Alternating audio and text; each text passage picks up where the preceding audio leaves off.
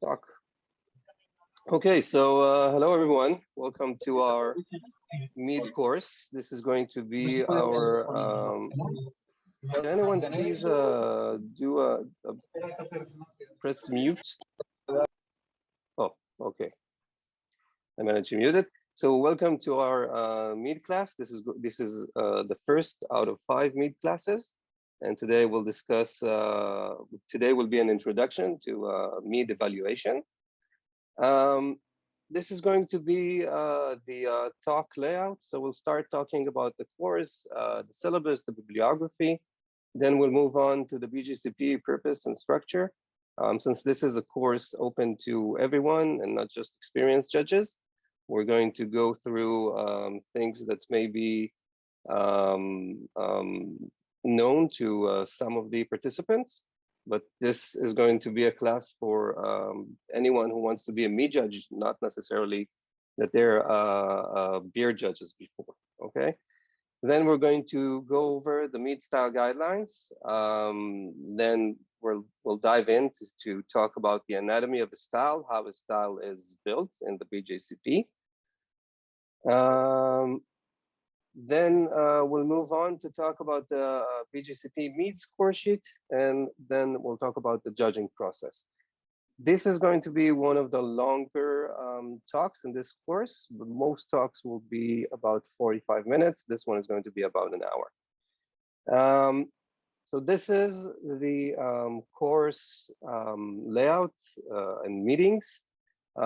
Today we're talking about an introduction to mead judging. The next time we'll talk about mead ingredients and the mead making process.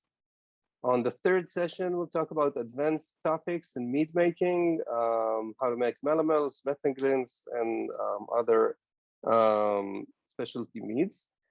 Then on the fourth meeting, we'll talk about competitions, exams, and the judging form, basically how to fill a complete and full assessment of a mead in a judging form. And in the last talk, we will have mead off flavor and troubleshooting meeting, which I urge you, please, after we'll have this talk, please do with your local clubs or stuff like that, an off flavor course, an off flavor class. These are always great. I usually do them about 3 times a year. I haven't done them in a while because of COVID, but hopefully soon we'll be able to do them again. Okay, so this is about the course layout. This is the course bibliography. These are 3 free documents from the BJCP. The first one is the mead style guidelines. Please download it and read the introduction. You don't need to read the actual styles, just read the introduction, know it by heart. The actual styles you'll learn by tasting.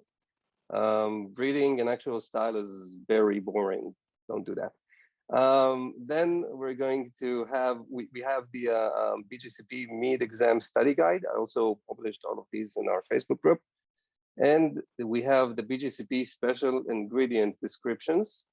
The exam study guide, the Mead exam study guide is exactly like the beer exam study guide. It goes over all of mead making, mead troubleshooting, and how to judge mead. So it's basically the most updated document on mead making. And the BJCP special ingredient description guide is also a very good guide about how does ingredients, special ingredients like fruits and spices and grape varieties taste in mead. Okay, so it's very useful. Your entrance exam will have lots of questions from the special ingredient descriptions file. And also you have this one as a wiki on the BJCP on the BJCP website. So it's easier to look up in a wiki. So this is the course bibliography.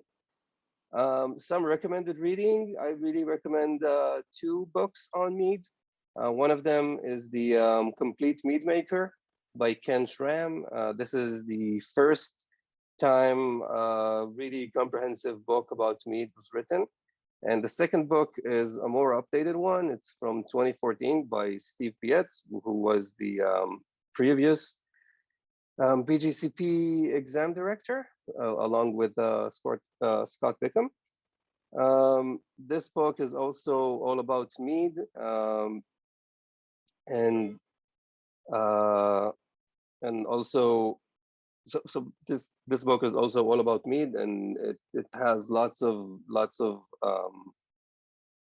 pictures on the pictures on the process of the mead.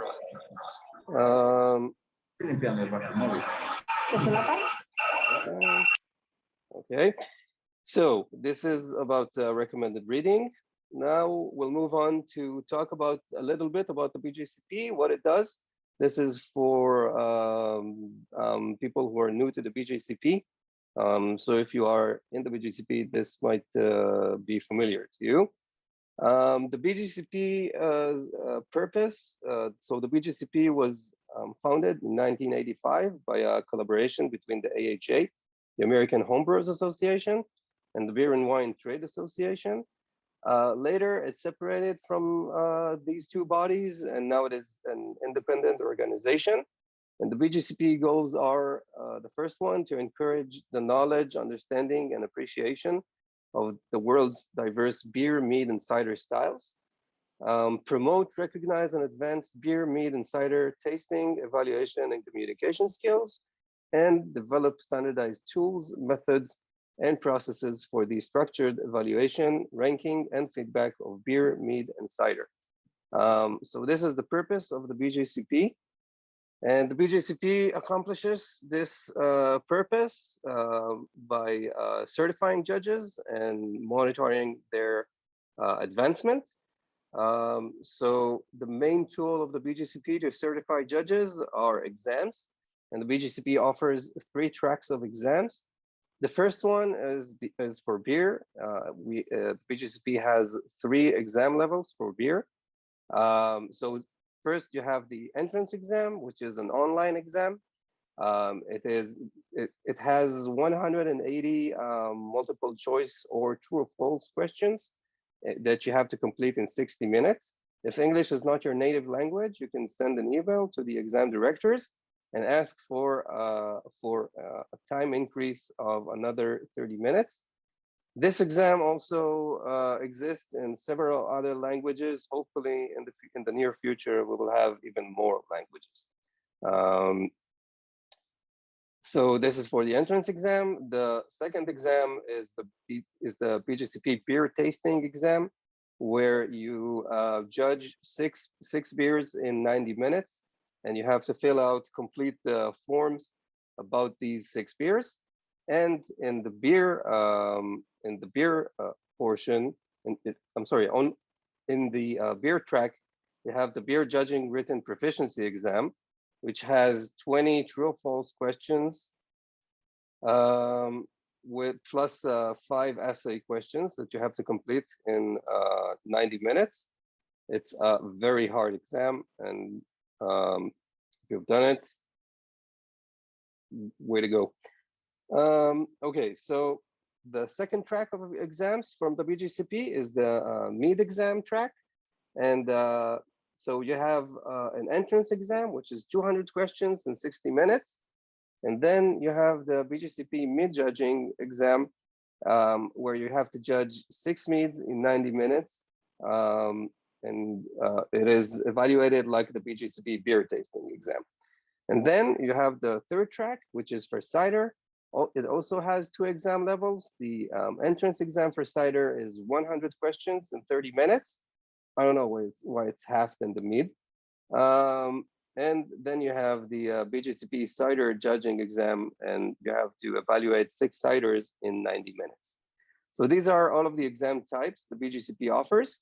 And you can go into the BJCP exam schedule on the BJCP website and find an exam near where you're located, and take any exam you wish. Okay, so for the Mead entrance exam, you have 200 questions in 60 minutes. The questions will be on the BJCP Mead program, the BJCP judging procedures and ethics, the BJCP, Mead balance and style attributes. We'll talk about that soon.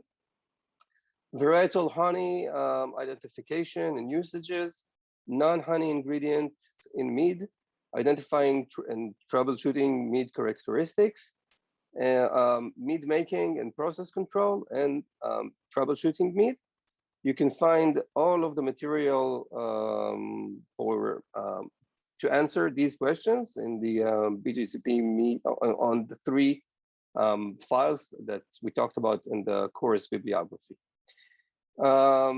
The Mead judging exam that we're going to study about how to prepare to in this course is an exam where you have to judge 6 meads as if you were in a competition, but it's not really as if you were in a competition, because on the feedback part, not like a competition where you explain why the mead got the score you gave it.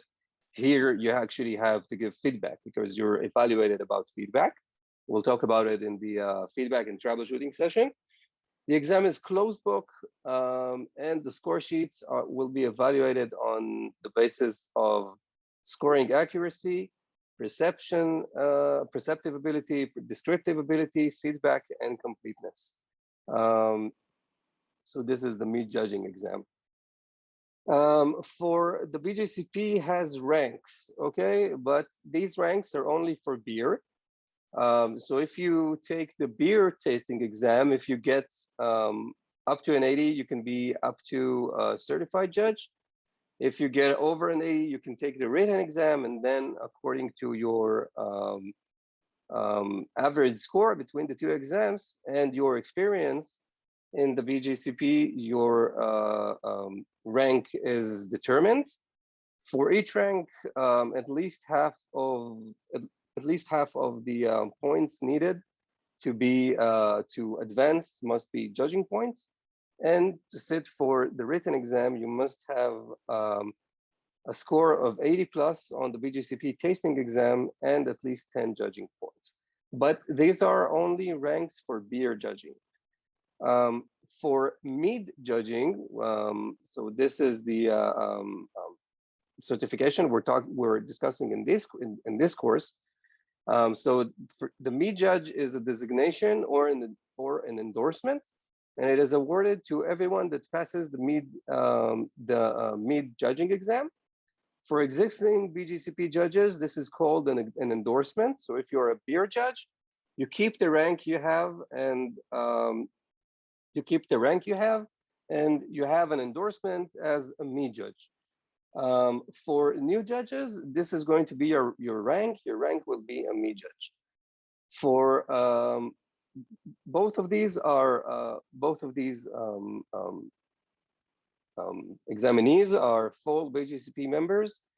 Though if you're only a mead judge and not a beer judge, you cannot rank up. You'll stay a mead judge at this point.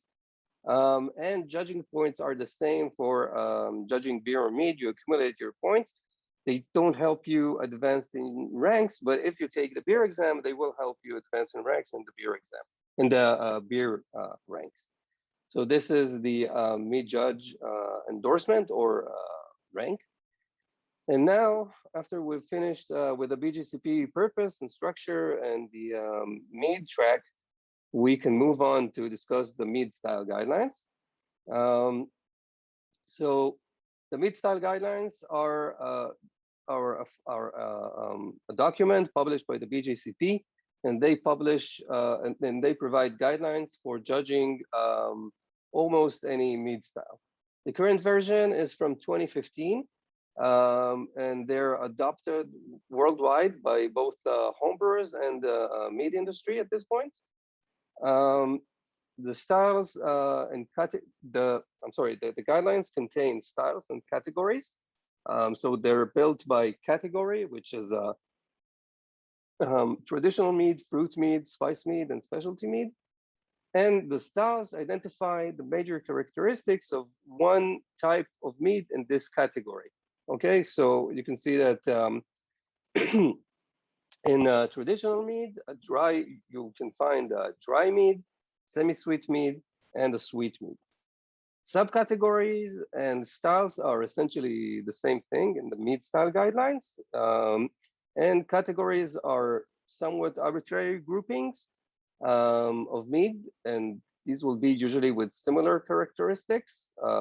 They're arbitrary because, for an example, M3A, fruit and spice mead, can either be in M2 or M3. So these are somewhat arbitrary. So these are the this is for styles and categories in the mead style guidelines. Next, we'll talk about how to use the guidelines. So many people misuse the guidelines, and we need to remember the first thing that the BJCP style guidelines are guidelines, not specifications. And a single entry can differ in some things. And also the guidelines contain ranges, okay? Each style has a range that it can be in, has a range of entries that can fit this style, okay? So remember that these are guidelines. You don't have to actually be in everything inside of these guidelines. The guidelines are written primarily for homebrew competitions. And if you're using them for anything else, please remember that you're not using them for the initial intention that they were written for. Lots of people use the guidelines for many things. The BJCP allows anyone who wants to use the guidelines to use them, but please remember that if you're not using them for the main purpose they were written for, please keep that in mind when you're doing that. Also, styles change over time. They change because of ingredient prices change, or ingredient availability is limited for some reason and stuff like that. So please remember that these guidelines were written in 2015. We're now 6 years later. So maybe you can find, so maybe some commercial examples have changed in that time. So please remember that when you're reading the guidelines. Also, not every mead fits in the style guidelines. Some meads will be hard to place on where they should go. And that's why the style guidelines always have a catch-all grouping or style that you can enter a mead that cannot find a place in other places. Not every possible mead style is defined. There can be other mead styles. For example, a Polish mead, which is a very well-known style of an oxidated mead, is not in these style guidelines. It may be in the future, but at this moment, it's not. Also, commercial examples change over time. We've discussed that. Ingredients can change over time. And also, most styles are fairly broad, so you can many entries can fit in these styles. And always remember, the style guidelines are not the 10 commandments. And sometimes I see people debate over the style guidelines in competition. Remember that the first thing any mead should have is be pleasant to drink and be in balance and harmony. Okay, not fit for every aspect in the style. So this is about using the style guidelines. And now, after we've discussed the style guidelines broadly, we're going to take a deep dive and understand how a style is defined in these style guidelines. So the first thing we're going to see when we see a style is going to be the overall impression part of it. So this section of a style now defines the essence of a style. Like these are going to be the points that distinguish the style from other styles and make it unique. And also, this can be treated like a consumer level description of the style. It doesn't go into all of the descriptions, but it can be used to describe a mead to someone who isn't a mead geek or a mead judge. Okay, so if you're in a store and you want to sell a mead, this is probably what you're going to discuss with the customer. So you can see the overall impression for dry mead. And you'll see that it says that it has that it's similar in balance to I'm sorry, in balance, body, finish, and flavor to the intensity of dry white wine. Okay, and with a pleasant mixture of subtle honey character, soft fruity esters, and clean alcohol. So this is something you can tell a customer that is contemplating whether to buy a mead or not. So this is how you should regard this section. Then we have the four main sections of the style, which are the aroma, the appearance, the flavor, and mouthfeel of a mead. And these are basically the basic building blocks of any style. They describe the all of the perceptual characteristics and ingredients of any ingredients or not the ingredients or the processes themselves. So it will basically describe all of the perceptual characteristic of a style. After that, you will have the comment section.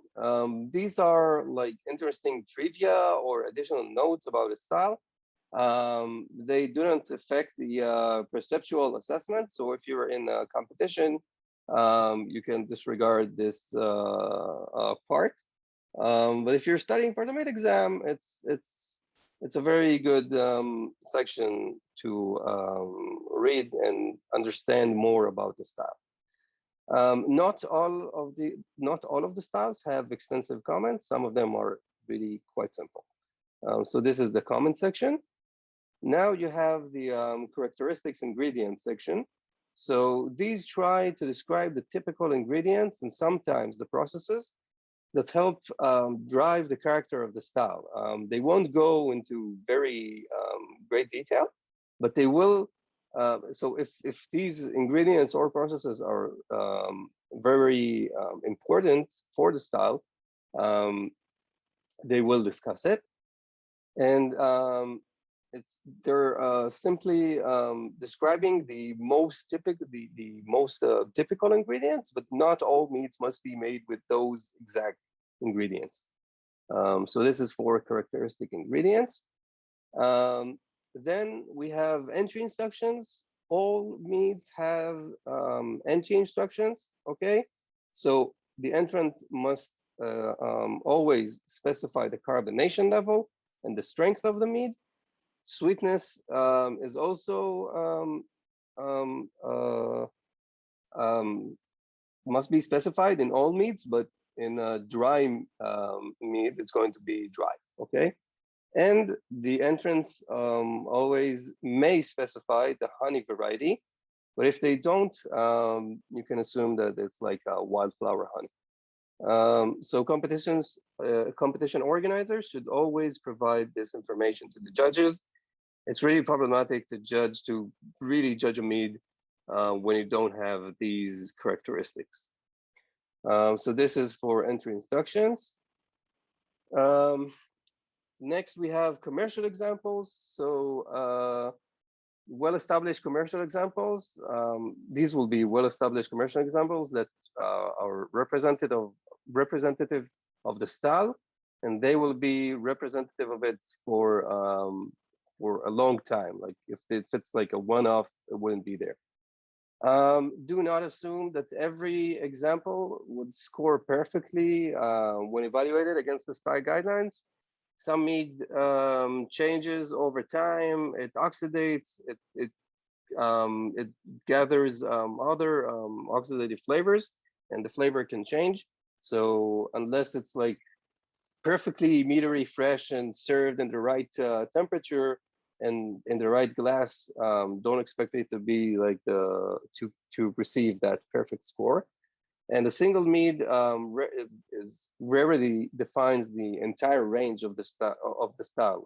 So do not limit yourself to that one example you tasted. The style is broader than one entry. So this is for the commercial examples. Some other important attributes for meads. So sweetness level, as we said, in all mead styles except the ones for traditional meads must be declared. In traditional meads, it's deducted from the style you entered. The entry was entered. So it can be dry, semi-dry, or sweet. Okay, for the BJCP. And sweetness will be the first thing we're going to organize the tasting session by, okay? First, we're going to taste from the dry to the sweeter meads. Before we'll move on to look for, I'm sorry, to look for other attributes to order the meads by. Then we have the mead carbonation, so it can be still, petillant, or sparkling. And it also must be specified so that we will know if we have carbonation, if we should look for a carbonation in the mead or not. Then we have the mead strength. So mead strength can be hydromel, standard, or SAC. We're going to address this in a few slides. And then we have honey variety, which may be specified. And if it's specified, we can look up in the descriptors file or document and see if they have some distinct character that we should look for. And then we have special ingredients, which may include fruits, spices, malts, and anything else a mead maker can put in a mead. So these are important attributes that the entrant must specify for the meads they entered. Then the mead style guidelines differs from beer in that it has a standard description for a mead. Okay, this is a thing we don't find in the beer style guidelines, for example. So in the beer, each style guidelines always has the aroma, appearance, flavor, and mouthfeel. So in the mead style guidelines, they wrote like a standard description for mead, and then each style tells you how it differs from the standard description for a mead. Okay, so it's a different way of looking on styles. So the standard description states, we're going to go now over the standard description, so for a mead, and then each style is going to be explaining how it differs from this mead. So the appearance of a standard mead, the clarity must be good to brilliant. It needs to be crystal clear, reflective examples with bright and distinct meniscus, like we have in wine, are highly desirable. High carbonated meads will have a short lasting head, similar to champagne. You shouldn't expect mead's head to have like good retention, like in beer. They usually are fleeting heads. The mead color can vary widely depending on the honey variety, and other optional ingredients like fruits can change the color a lot.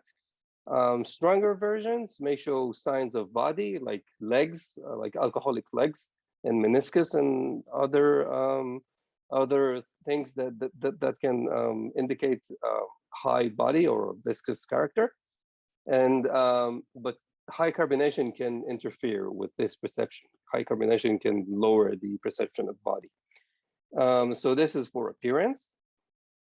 The next we're going to discuss the standard mead aroma. So the intensity of the honey aroma will vary based on the sweetness and the strength of the mead. So basically based on how many honey we added, we're going to have more aroma. And as we're going to have more residual sugars, we're going to also retain more of the honey aroma. The bouquet should show a clean fermentation character with fresh aromatics, preferred over dirty, muddled, yeasty, or sulfury notes. Phenolic should not be present in any traditional mead. Chemical aromatics should also not be present. Oxidation will most likely appear like strong sherry or molasses in a mead. We will have less of the papery notes because of the high gravity. And alcohol aromatics may be present, but hot, solventy, or irritating overtones are a fault, okay? So you can have alcoholic warmth, but it shouldn't be like hot, stinging, or solvating, or solventy notes. So this is for aroma. Then for flavor, the intensity of the honey flavor will also vary, like the aroma, based on the sweetness and the strength of the mead. Different varieties of honey will have different intensities and characters. If honey varieties are declared, the varietal character of the honey should be apparent. So basically, if you want to get a higher score, you should not be dependent on the honey variety. So I don't know, don't state it, because you will be evaluated about it if you state it. Residual sweetness varies by the sweetness of the mead, but in no case it should be syrupy, cloying, or like unfermented honey. Additives like acids or tannins should enhance the honey flavor and lend balance to the overall character of the mead. We will talk about these additives in the upcoming 2 sessions. We'll talk about these processes when we use acids and tannins in mead. Chemical, harsh, solventy, phenolic, or bitter flavors are always defects in mead. And very light oxidation may be present, but excessive molasses or sherry-like or peppery character should always be avoided. So this is the standard description for flavor. For mouthfeel, we have, so well-made examples will often have an elegant wine-like character. The body can vary widely, but most will be medium light to medium full. Sensations of body should not be accompanied by any cloying sweetness, and a very thin, watery body is also undesirable. Low levels of astringency are optional. Still mead may have very light carbonation. Pétillant should have noticeable bubbles, and sparkling can range from mouth-filling carbonation to levels approaching champagne carbonation. And alcohol warmth is usually present, and this will increase with the strength of the mead. So this is for the mouthfeel. The overall impression for a standard mead, so well-made examples will have an enjoyable balance of honey flavors, sweetness, acidity, tannins, and alcohol. The strength, sweetness, and age will greatly affect the overall presentation of the mead.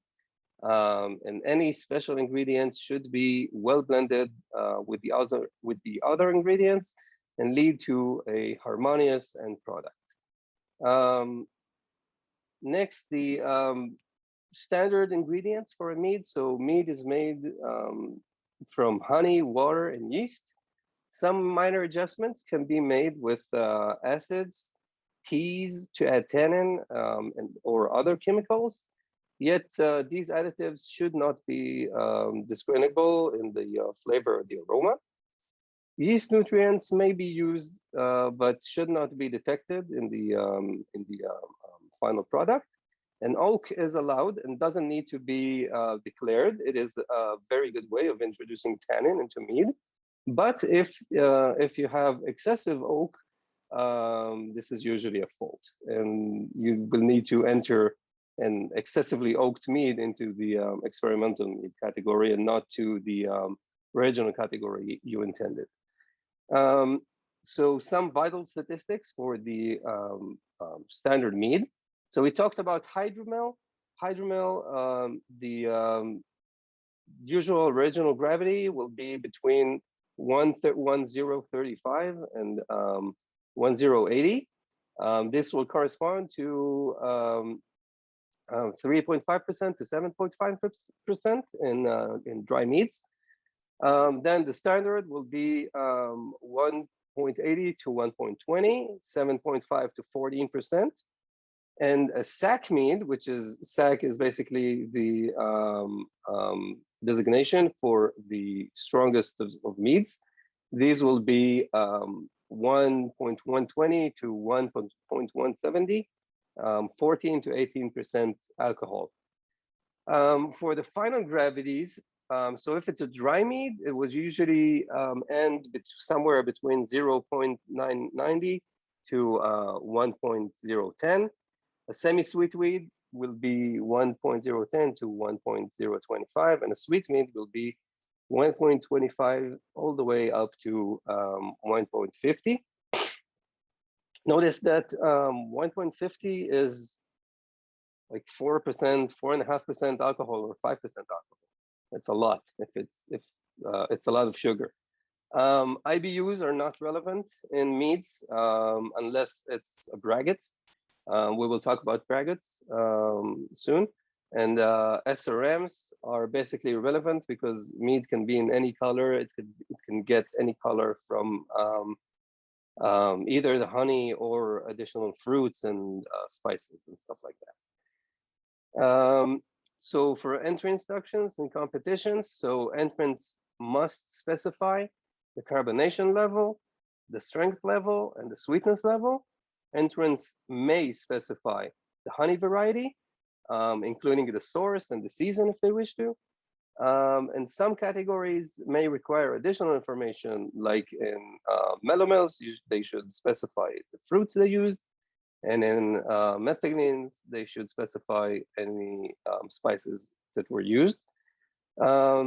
So defaults, if no attributes are specified, evolution will be as a semi-sweet, standard strength, and pétillant mead. So this is for entry instructions. So now we'll go over the styles themselves. So in a traditional mead, in the first category, we have three categories: one for dry mead, dry traditional mead, one for semi-sweet traditional mead, and one for sweet traditional mead. These meads are basically meads that are made only from honey, water, and yeast without any additions of adjuncts and fruits or spices. In the fruit mead category, we have the BJCP. So in the fruit mead category, so every mead made with fruit is called a melomel. But some of the melomel styles have other names like cider or ferment, and the BJCP recognizes 5 different types of melomels. So the first one is for cider, which is a melomel that is made with apples, generally with apple cider. The second one will be piment, which are melomels made with grapes, generally from grape juice, made for wine. Then we have berry mead. These will be melomels that are made with fruit, with any fruit that has berry in the name, okay? Then we have stone fruit mead. So melomels made with any stone fruit, like cherries, plums, peaches, apricots, and mangoes. And then the last one will be only melomel. So it's a subcategory for any mead with other fruits that are not associated with any other fruit mead subcategory, or with a combination of fruits from multiple fruit meads. The reason for these groupings, so the first 2 are historical types of mead that are made, and the other ones are basically a good way of characterizing meads or grouping meads in a competition, okay? These are the types of the fruit meads the BJCP recognizes. Next, we have spice meads. So here we have two versions of spice meads. The first one is for fruit and spice mead. So basically, this will be mead containing one or more fruits and one or more spices. So this one could be in melomels and fruit meats, but it's here. And the second one, we have spice, herb, or vegetal mead, which is mead containing any one or more spices, herbs, and or vegetables in this style definitions. So this is for spice meads. And in the end, we have braggots. We have the specialty mead category. So in it, we have braggots. So braggots are mead made with malt. So if you're making mead with a malt, it's a braggot. If you're making mead with a hops, with only hops, no malt, it's a spiced mead. It's a spiced herb and vegetal mead. It's not a braggot, okay? So for it to be a braggot, you need to have two sugar sources, one from honey and one from malt. We'll discuss braggots in the third meeting of this course. Next, we have historical meads. So this is a category for all historical or indigenous meads. It doesn't fit into any other category. So something like a Polish mead, which is a historical mead from Poland, will be in this category. The last one is an experimental mead. So this will be for a mead that does not fit into any other category. And this could apply for meads that blend multiple mead sap categories or meads with oak, with excessive oak and stuff like that. So these are the mead styles the BJCP currently recognizes. And now, after discussing the style guidelines and how style looks, now we can move on to actually discuss evaluating mead and the mead score sheet. So the BGCP mead evaluation score sheet has, so each mead is evaluated based on a 50-point scale, like you're used to if you're beer judges. So 10 points will be for the bouquet or aroma. We'll discuss bouquet versus aroma in the fourth meeting of this course. 6 points will be for appearance, 24 points will be for flavor, and 10 points will be for overall impression. Notice that in the mead score sheet, which is in contradiction to the beer score sheet, the flavors part contains both the flavor and the mouthfeel of the mead. Okay, it doesn't. It's not divided into two separate sections like in beer. And on the bottom, you have scales for rating stylistic accuracy, technical merit, and intangibles. And as usual, on the left, you have your main descriptors for a mead that you need to mark on the left. This is the open mead score sheet. Now for some scoring guidance. So on the bottom right of the score sheet, you will find the scoring guide. In general, the best meads in a competition should be assigned a score of 40 plus range. A mead receiving a perfect score of 50 must be perfect, with absolutely no flaws, exemplify the style well, or well as or better than the commercial examples, be perfectly meadery fresh, and be well handled and well presented by the stewards. Usually this doesn't happen in competitions, so usually entries don't get a score or of a perfect 50. When providing feedback about the good meads, it is important to identify ways you can still improve the mead. And when a mead is strongly infected or you have a flow so severe that renders it undrinkable, you can give it a low score of 13. which is in the lowest range, but don't give lower than 13. It can be taken as spiteful and can really generate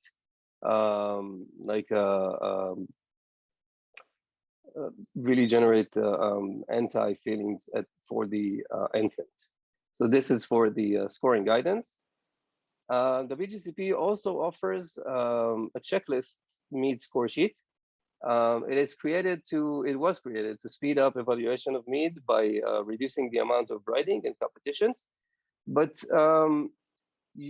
now I like to use it, especially for beginner judges. Do one or two Meads using these score sheets. You have all of the descriptors laid out before your eyes, and you can get used to the different Mead descriptors. Okay, so you would assess the Mead exactly as you would in the traditional score sheets. Only now you need to mark your record of the honey, sweetness, acidity, alcohol. So all the levels, you mark them on the scales, the low, medium low, medium high, and high scales. And you mark the intensity of the aroma and the flavor. Then you mark any aroma or flavor specifications on the right. And if you note a flaw, use L, medium, or high to note its intensity, and at the bottom of the score sheet, and mark your grade the same as before. So you can use this one to train and gain more descriptors for me. We discussed in the beginning that every evaluation should have a structure. So the BGCP score sheets have these little titles right beneath the word aroma, the word bouquet, the word flavor. They have these little titles on what you should comment on. So I created a tree structure of these little titles, and on your exam you're expected. So I'm sorry, not on the exam, but for a Mead evaluation to be a complete Mead evaluation, you're expected to comment on all of these sections of the Mead. So you have Mead, then you have appearance, bouquet, flavor, and overall impression. So in the appearance, you should note the color, the clarity, the legs, and the carbonation. For the bouquet, you should always comment on the honey. Honey is the main flavor ingredient in a Mead, and the same as malt for a beer, the same as grapes for a wine. And you couldn't evaluate a beer without discussing the malt profile. You couldn't evaluate the wine without discussing the grapes. So you cannot evaluate a Mead without discussing the honey. Then you have the alcohol aromas, the esters. Basically, a Mead is honey water, a fermented honey water, okay? So fermentation is basically in the definition of a Mead. So you have to note the alcohol and esters, which are the products of the fermentation. Then the complexity aroma of the aroma and other aromas you identify. Then it's the flavor of the Mead. So you have the honey, again, it's the main flavor ingredient of the Mead. Other ingredients, if they're noted by the entrant. Balance of the Mead, we will discuss the notion of balance greatly in talk number 4. But basically any alcoholic drink has something that brings sugar for the yeast to turn into alcohol. And they usually leave some residual sugars. So any alcoholic beverage should have something to balance this sweetness. In beer, it's bitterness, but in mead, cider, and wine, it's acidity and tannin, okay? So sweetness and alcohol will give us, usually give us warmth and sweetness, okay? And then to balance that, we'll have acidity and tannin that will create a drink that is not cloying and drinkable. Then the fermentation products. Again, fermentation is part of the definition of mead. So the same as in cider, wine, and beer, you have to comment on the fermentation. So esters, phenols, and any other fermentation product. Then we're going to have the aftertaste. A long lingering aftertaste is wanted in a mead. The body, of course, is the viscosity of the mead. The body, the carbonation, if it's present, and any other part of the mead. And then the overall impression, we should always compliment the mead. We should always talk about how we enjoyed it and offer style and technical feedback. We'll discuss the overall impression greatly in the last meeting of this course. Next, after we've discussed the mead score sheets and how it should be evaluated, we'll discuss the judging process. So this is mainly for new judges. So in mead evaluation, should serve three primary purposes. The first one is to provide feedback to the maker, to the mead maker, provide mead makers with troubleshooting advice, provide a fairly unbiased method for selecting outstanding meads in a brewing competition. So these are the three primary purposes for a mead evaluation. So to do these, judges usually have three aspects of judging, okay, of the judging process, and these are the aspects we're going to talk about now. So the first one is decision strategies on how to score. Then we'll have a simple scoring guidance, and then we'll discuss the procedure of judging a single mead. So for decision strategies, there are two main decision strategies for judges. The first one is the top-down approach. The judge decides how much the mead should get on a 50-point scale by the descriptors that are present, the scoring guide that are present on the bottom left corner, and then breaks down these points into the specific categories. The bottom-up approach, the judge scores each subcategory and then sums it up into the overall score. So the problem with the top-down approach, you can get a score that is too low, okay, for each categories. And in the bottom-up approach, the judge scores. The judge can get to a very high grade very easily. So most judges use a combination of these two methods. We usually start by grading the subcategories, and then we sum it up, and then we check it against the scoring guide. If it's not accurate, we correct our score of the subcategories to make the score accurate and good for the mead, and appropriate for the mead.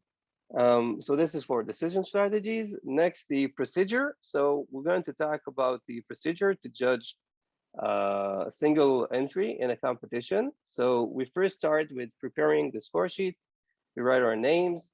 We write all of the information we received from the competition organizer on the score sheet, the style, the attributes that the entrant supplied, and everything else, any additional ingredients or processes that this mead was subjected to.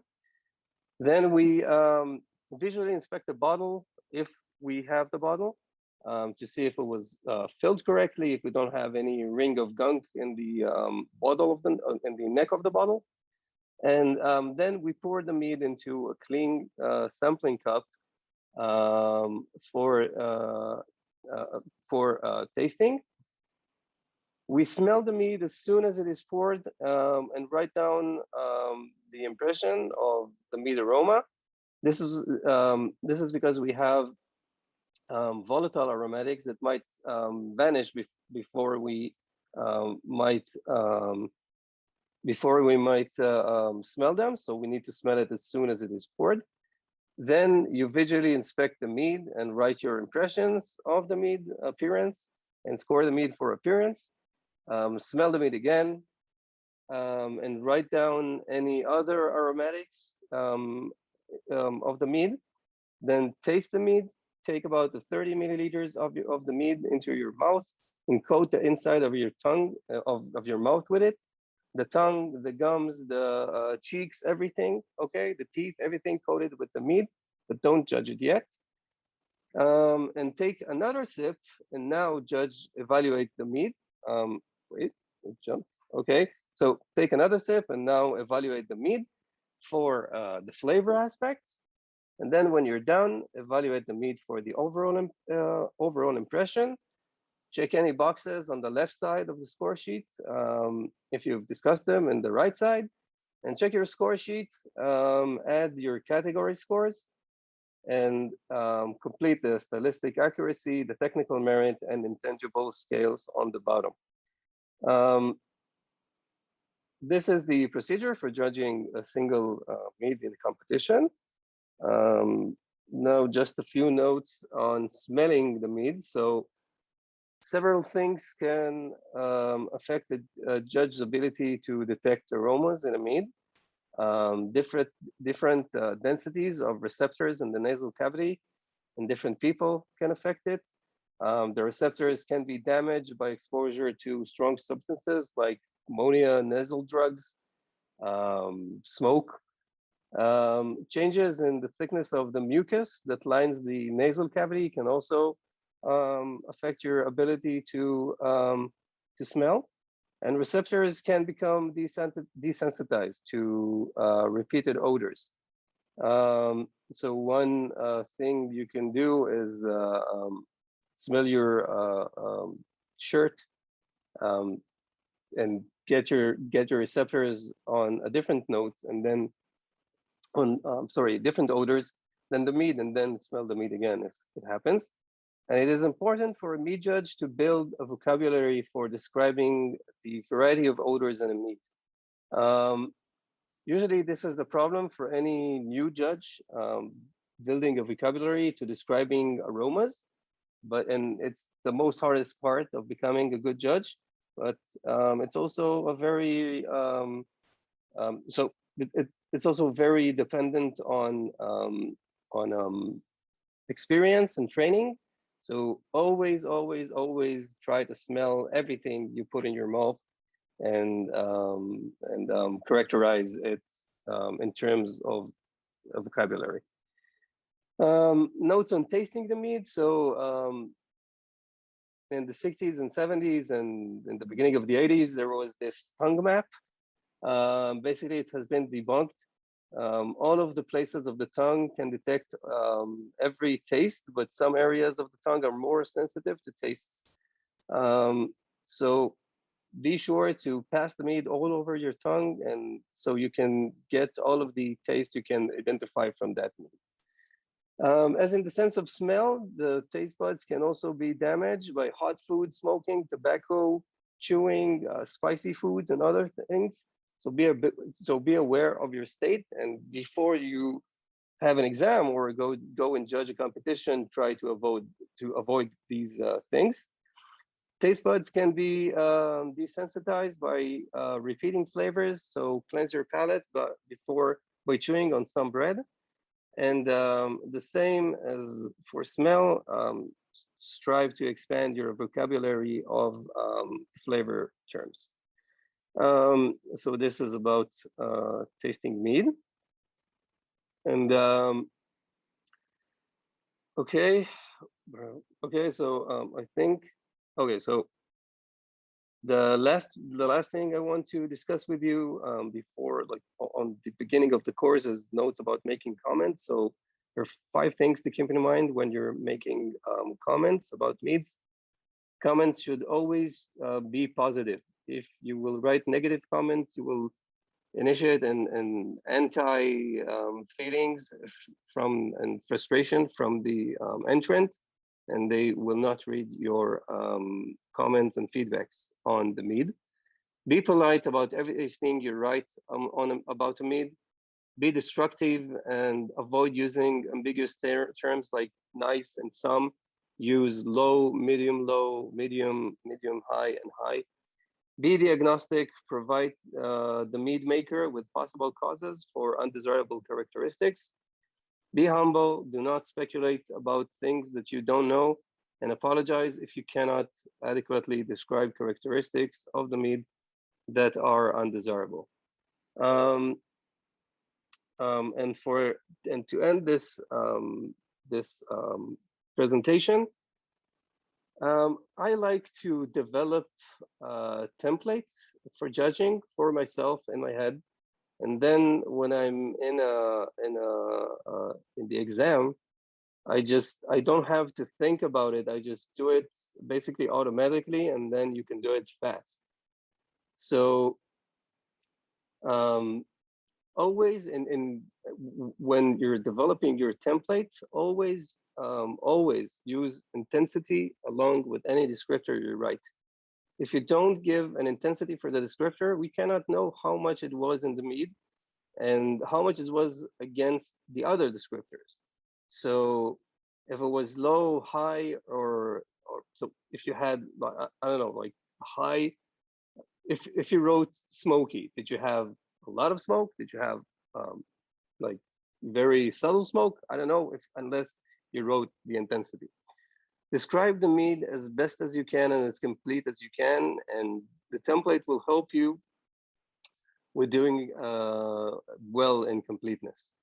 Do not describe a shot of the mead, but try to describe how it changes with the time you are tasting it. Usually you will have 15 minutes to evaluate the mead, either in a competition or an exam. And during these 15 minutes, the mead will become hotter. New flavors and aromas will be evident. It will oxidate and will change the aroma. So you must describe that. It will also show that you understand that a mead is a thing that is changing while you're drinking it. Also, describe the palate sensations at the front, the middle and the back of the palate if you want to impress the graders, and offer at least 1 point of feedback for each level decrease in the scoring guidelines. Okay, we'll discuss all of this in the fourth meeting of the course. So that's it for today's presentation. Now we're going to move to the other part of the meeting, which is not going to be recorded, which is the tasting part.